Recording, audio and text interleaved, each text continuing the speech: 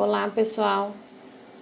Nós estamos no último bloco de atividades e dentre os conteúdos vamos começar com os gêneros resenha crítica e resumo.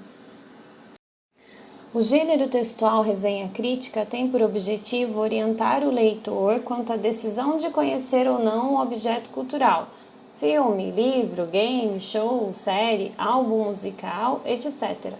As resenhas expõem o conteúdo do objeto cultural, comparando-no com outras produções do mesmo segmento, cinema, música, literatura, etc. Avaliam sua qualidade e argumentam para sustentar a opinião omitida. Então, a resenha crítica tem por objetivo ajudar o leitor a decidir se lê um determinado livro ou não, ou se assiste um determinado filme ou não. Ela não tem spoilers, mas ela tem um resumo, né? As principais partes, digamos assim, do objeto cultural, do filme, do livro, e vai avaliar a qualidade, vai apresentar a opinião e os argumentos que sustentam essa opinião. As principais características da resenha crítica são identificação da obra, apresentação da obra, descrição da estrutura do objeto cultural resenhado, descrição de conteúdo, apresentação de argumentos, identificação do autor da obra resenhada, identificação do autor da resenha. Então, na identificação da obra, vai aparecer os dados bibliográficos do livro, ou do filme, ou do artigo. Os dados bibliográficos seriam país, ano em que foi filmado ou publicado, enfim.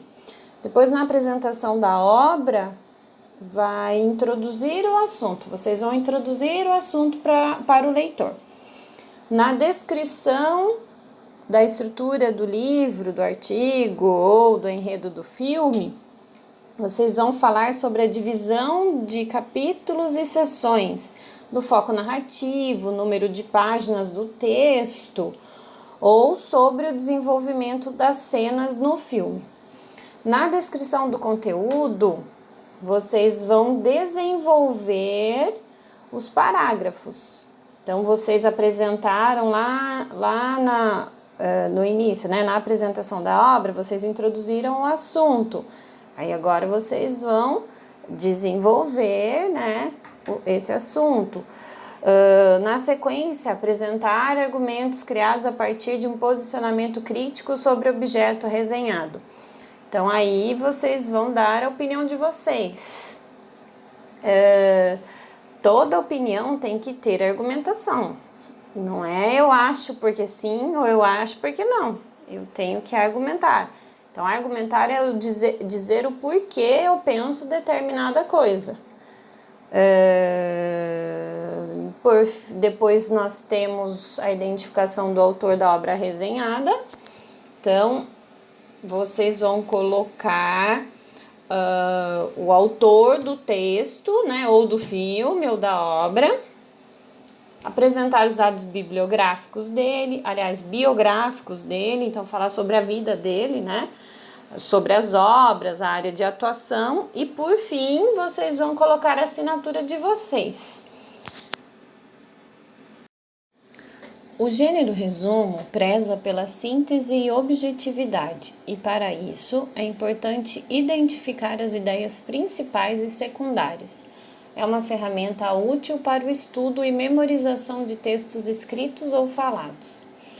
Para fazer um bom resumo, é necessário fazer uma primeira leitura bem atenta do texto.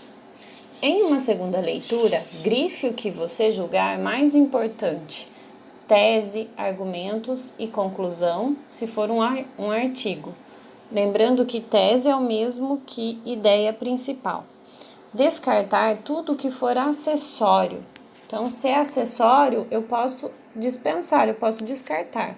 Exemplos, detalhes, curiosidades, ilustrações, depoimentos, etc. Resuma cada parágrafo separadamente. Importante: não copie partes. períodos ou frases do texto original. O resumo do texto deve ter um caráter bem pessoal. É preciso haver coerência no texto resumido. O que é coerência? Sentido. Ou seja, deve haver uma sequência lógica entre as ideias e também entre os parágrafos.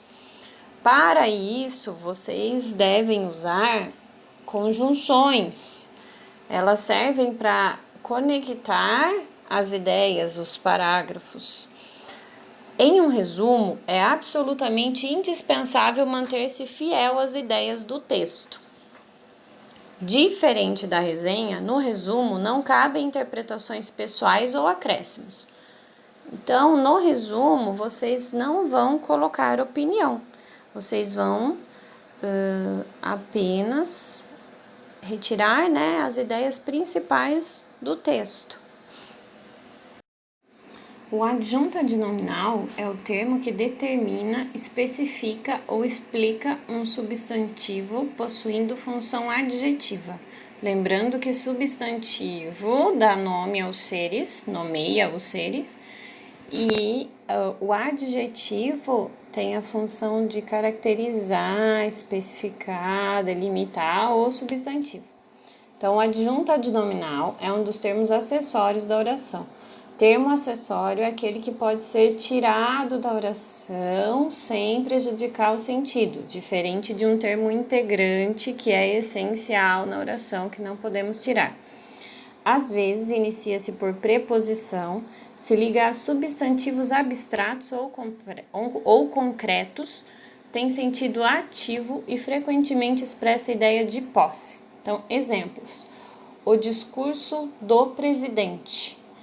Discurso é o substantivo, do presidente é o adjunto adnominal, porque especificou aí o substantivo discurso, disse de quem é o discurso, certo?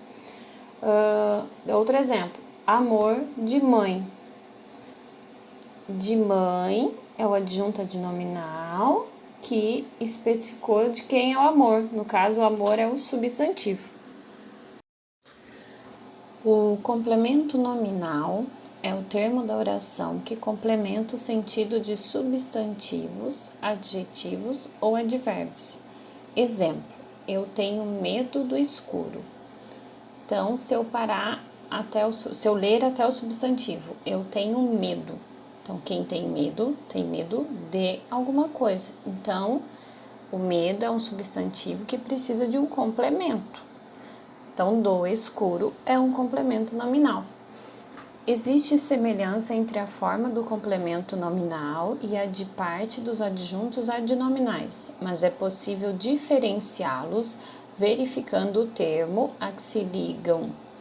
Observe o exemplo. Insisti na compra da casa. Pintei a parede da casa. Então, no primeiro exemplo, insisti na compra. Quem compra, compra alguma coisa. Então, compra é um substantivo de sentido incompleto, assim como o verbo comprar. Então, compra de quê? Comprar o quê? É preciso informar o que é comprado. Então, da casa, no caso, a casa foi comprada. Esse termo, no caso da casa, é um complemento nominal. No segundo exemplo, pintei a parede da casa. Se eu ler até o substantivo, no caso, parede, pintei a parede, é um termo de sentido completo. Então, nesse caso, da casa apenas o especifica. Trata-se, então, de um adjunto adnominal. Complemento nominal é um termo integrante indispensável para completar o sentido de um nome, substantivo, adjetivo ou advérbio. E o adjunto adnominal é um termo acessório, então eu posso usar ou não. Ele caracteriza, especifica ou determina um substantivo com sentido completo. Agora nós vamos ver o uso dos porquês. Na língua portuguesa existem 4 tipos de porquês: porquê separado, porquê junto, Por que separado com acento circunflexo no final, no E final? E por que junto com acento circunflexo no E final? Que são empregados da seguinte forma. Então, por que separado? Vou utilizar em perguntas. Exemplo, por que não voltamos para casa? Por que junto? Utilizado em respostas. Exemplo, porque agora não temos tempo. Por que separado com acento circunflexo no E final? É utilizado em perguntas no fim das frases. Exemplo, você não gosta dessa matéria? Por quê? Porque junto com acento circunflexo no E final, possui o valor de substantivo e indica o motivo, a razão. Exemplo, gostaria de saber o porquê dele não falar mais comigo. Então, gostaria de saber o motivo, a razão dele não falar mais comigo. Verbo, modo subjuntivo. Emprega-se o modo subjuntivo quando o fato mencionado é considerado incerto, duvidoso, hipotético e real. Então, nós temos nos verbos os modos. Então, tem o indicativo, que indica uma certeza, o subjuntivo, que vocês estão vendo aqui, o imperativo, que vocês vão ver ainda. Então, o subjuntivo, ele indica algo duvidoso, incerto. O que é algo hipotético, que eu não tenho certeza se vai acontecer ou não. Enfim, então, exemplos. Espero que eu não esteja incomodando. Se eu estivesse incomodando, ele me avisaria. Quando ou se eu estiver incomodando, avise-me. Ao empregar verbos no subjuntivo, normalmente utilizamos as palavras que para o presente, se para o pretérito e quando ou se para o futuro. Observe os 3 tempos verbais do modo subjuntivo. Presente do subjuntivo é usado para expressar um fato incerto no presente. Então, exemplo, tomara que dê tudo certo. Então, foi usado o que aí, ó. Depois, pretérito imperfeito do subjuntivo. É usado para indicar um fato que poderia ocorrer mediante certa condição ou um fato incerto no passado, no presente ou no futuro. Expressa possibilidades e desejos. Exemplo, seria tão bom se desse tudo certo. Depois temos o futuro do subjuntivo, que é usado para expressar a possibilidade de uma ação ou um fato acontecer no futuro. Exemplo, será tão bom quando der tudo certo.